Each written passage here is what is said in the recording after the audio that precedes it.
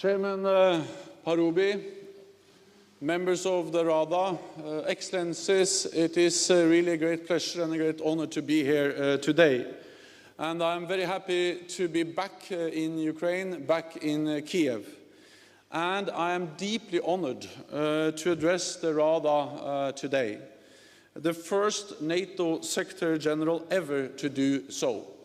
And as a member of Parliament for 25 years myself, I fully recognize and fully understand the importance of parliaments in our modern democracies. As the great Ukrainian poet Taras Shevchenko wrote, "It makes great difference to me that evil folk and wicked men attack our Ukraine, once so free, and rob and plunder it at will. That makes great difference to me."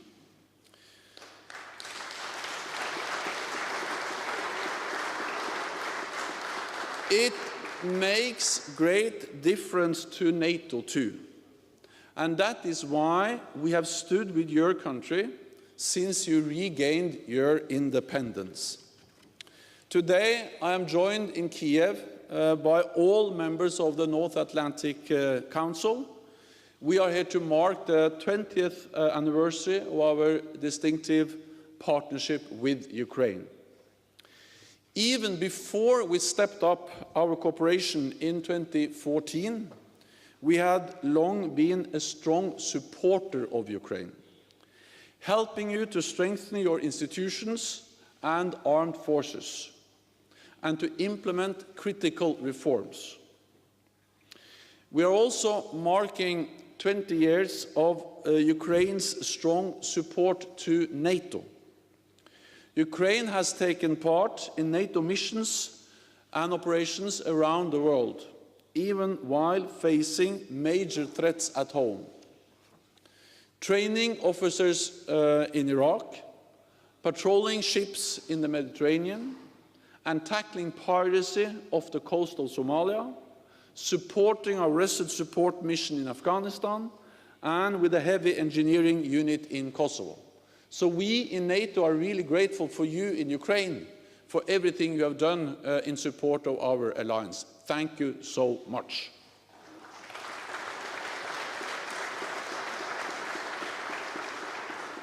Today, we are here to show solidarity with Ukraine and to underline our support for Ukraine's sovereignty and territorial integrity.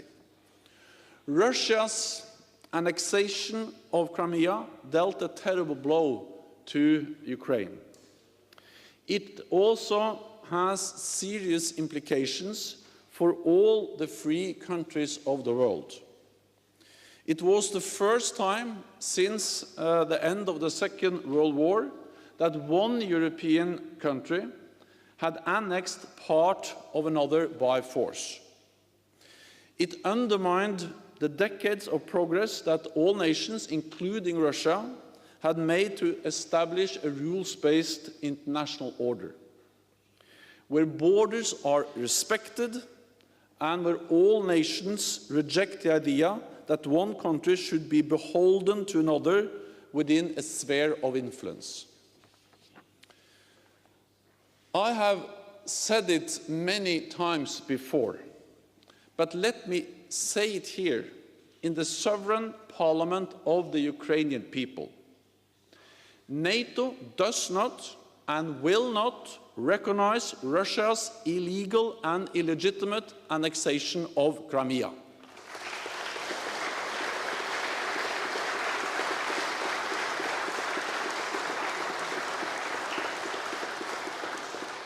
Russia, and you know this better than anyone else, is trying to destabilize Ukraine through its support of the militants in the east, its cyber attacks, disinformation, and not least by the presence of Russian forces in eastern Ukraine.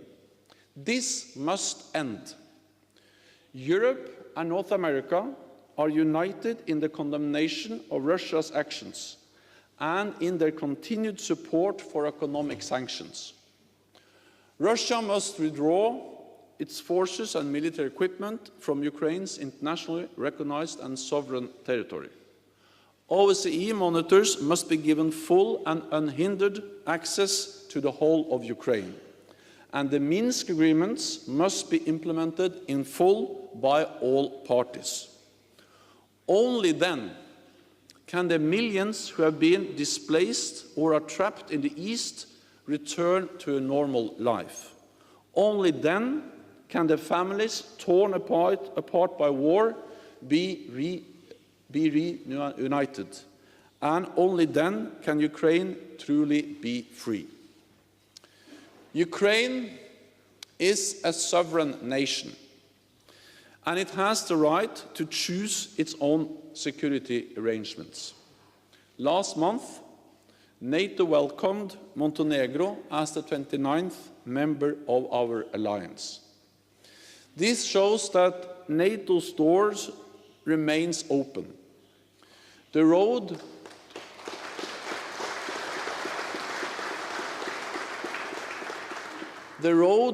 to NATO membership is not easy. For those who seek it, it requires dedication and substantial reform.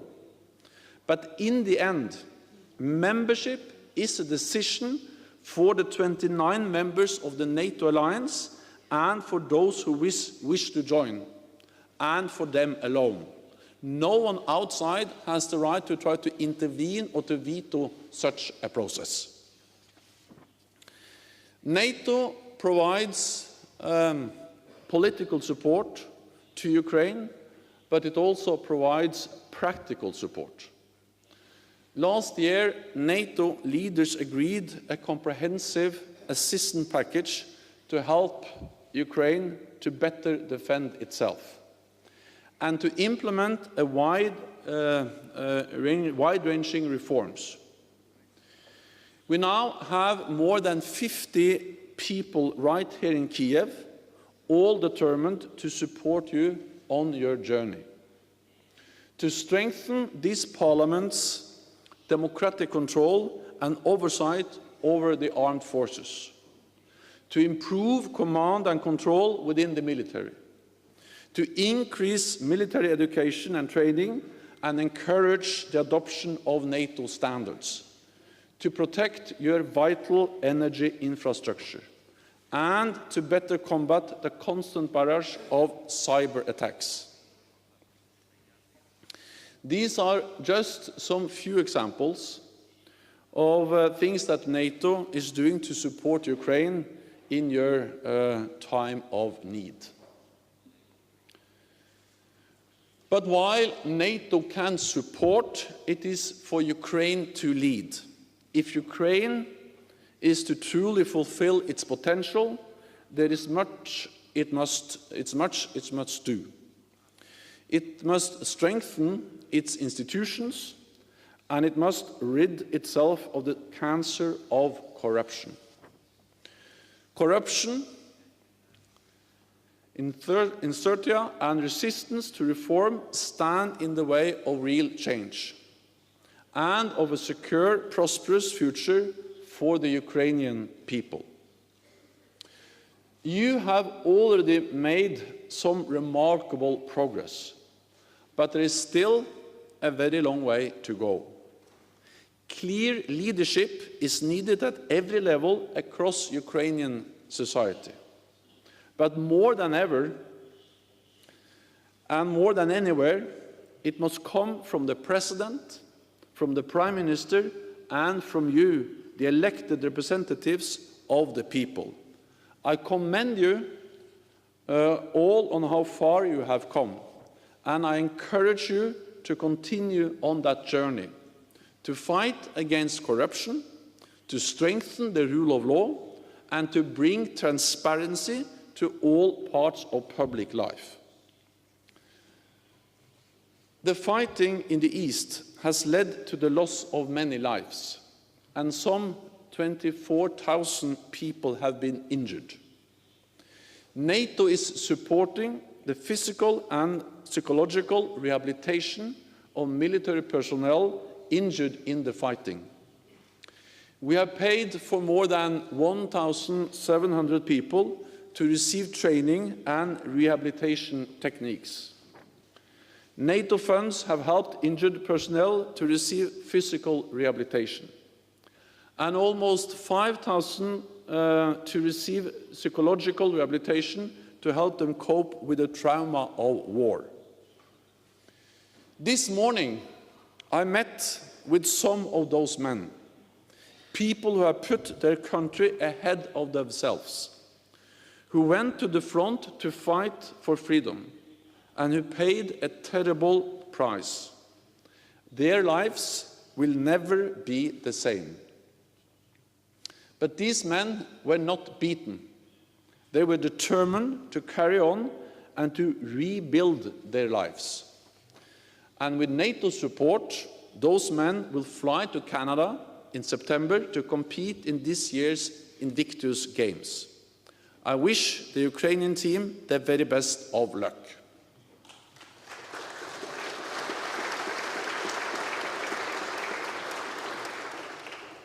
They and their brothers in arms who lost their lives are true Ukrainian heroes, just like the Heavenly Hundred and all those who demanded freedom during the Euromaidan protests, alongside many of you here in this chamber.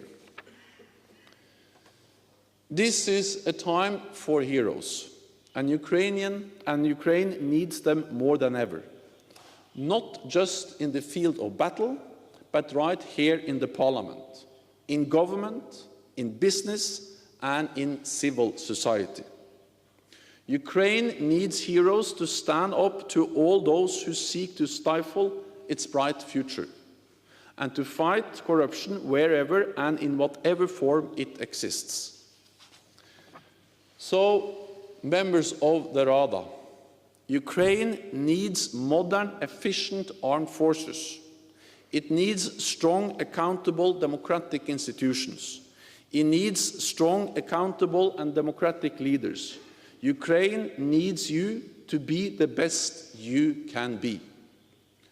For 20 years, NATO has stood by Ukraine's side, and NATO will continue to stand with you in the long and difficult years ahead.